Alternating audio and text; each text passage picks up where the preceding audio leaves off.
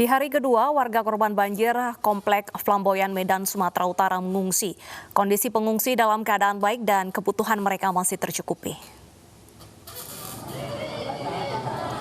Pemerintah setempat mencukupi kebutuhan para pengungsi korban banjir di kantor Balai Desa Tanjung Selamat.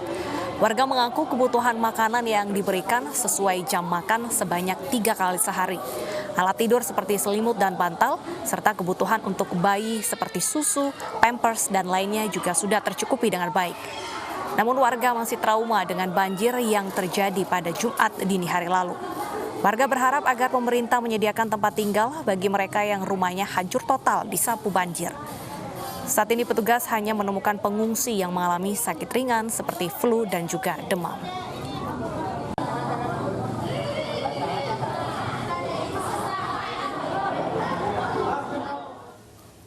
Ya, pemirsa, saat ini pengungsi juga mengalami trauma yang cukup berat sehingga memang harus mendapatkan bimbingan konseling, terutama bagi anak-anak agar nantinya ini tidak mengganggu untuk tumbuh kembang mereka di kemudian hari. Betul sekali, dan untuk mengetahui bagaimana kondisi para pengungsi terkini, kita sudah terhubung dengan Dr. Juliani Pranginangin, Kepala Puskesmas Sei Mencirim. Selamat siang, Dr. Juliani. Selamat siang, Mbak. Baik, Dr. Juliani, secara umum bagaimana saat ini kondisi para pengungsi? Apakah ada yang mulai terserang penyakit? Baik, secara umum kondisi pengungsi semua dalam keadaan baik, cuman masih ada trauma juga lah ya, bagaimana mereka mengalami semua ini. Cuman kalau terkait penyakit hanya ada luka-luka ringan saja, Mbak. Itu sudah kami rawat semuanya. Di sini kebutuhan mereka juga obat-obatan lengkap ya, dari Dinas Kesehatan Kabupaten Deli Serdang menyediakan obat-obat yang lengkap, jadi tidak ada kekurangan. Baik, selain mengawasi penyakit yang timbul akibat dampak banjir, bagaimana pengawasan terhadap penularan COVID-19, Bu, di lingkungan pengungsian? Inilah yang kami lakukan, Mbak. Memang banyak orang ya, ada juga keluarga-keluarga yang berkunjung, tetapi tetap kami perhatikan protokol, Mbak. Ya, jadi masker selalu harus dipakai. Ya, harus jaga jarak juga. Setiap orang yang masuk ke dalam harus menggunakan masker.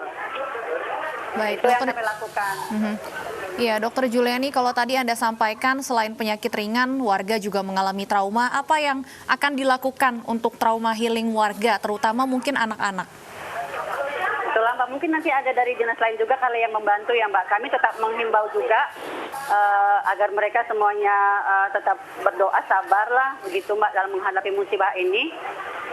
Tetapi kan banyak juga kunjungan-kunjungan yang datang kemarin, Mbak, terkait dinas-dinas yang lain juga nanti bisa membantu ya dari segi psikisnya. Baik, apa saja Ibu fasilitas kesehatan yang didirikan di tempat pengungsian?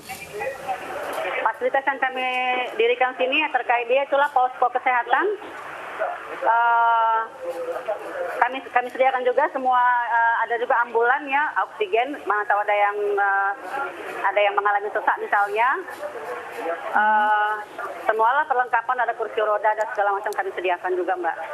Baik, terima kasih Dr. Juliani Pranginangin, Kepala Puskesmas Sei Mencirim, sudah bergabung bersama kami di Ini Siang. Semoga sehat selalu, Dok.